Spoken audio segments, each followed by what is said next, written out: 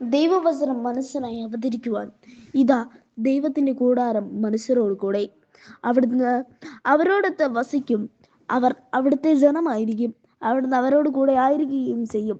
വെളിപാട് 21:3 കാണുന്നത് പോലെ ദൈവവചനമായ മിശിഹ മനുഷ്യനായി അവതരിക്കുവാനായിട്ട് തെരഞ്ഞെടുത്തത് ഭൂമിയിലെ സ്വർഗം എന്നറിയപ്പെടുന്ന ഒരു കുടുംബത്തിലാണ്, തിരുക്കുടുംബത്തിൽ.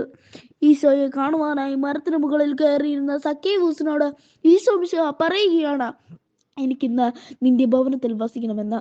അതെ, ഈശോയെ കാണണമെന്ന് മാത്രം ആഗ്രഹിക്കുന്ന നമ്മുടെയൊക്കെയും ഭവനങ്ങളിൽ, നമ്മുടെ ഹൃദയങ്ങളിൽ വന്ന് വസിക്കാൻ അവൻ ആഗ്രഹിക്കുന്നുണ്ട്.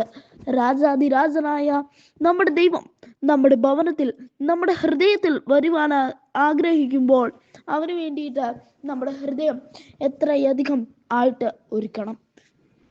നമ്മുടെ ഭവനത്തിൽ വസിക്കുവാനായിട്ട് ആഗ്രഹിച്ചു വരുന്ന ഈശോ മിശിഹ നമ്മെ അനുഗ്രഹിക്കാനും കൂടിയാണ് വരുന്നത്.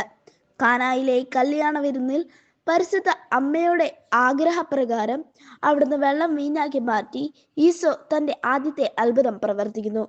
അടയാളങ്ങളുടെ ആരംഭമായ ആ അത്ഭുതം മൂലമാണ് ഈശോയുടെ ശിഷ്യന്മാർ ഈശോയിൽ വിശ്വസിക്കുന്നത് പോലും. അടിയന്റെ കുടുംബം അങ്ങയുടെ മുൻപിൽ നിന്ന് ഒരിക്കലും മാറിപ്പോകാതിരിക്കേണ്ടതിന് അതിനെ അനുഗ്രഹിക്കാൻ തിരുവുള്ളമാകണമേ.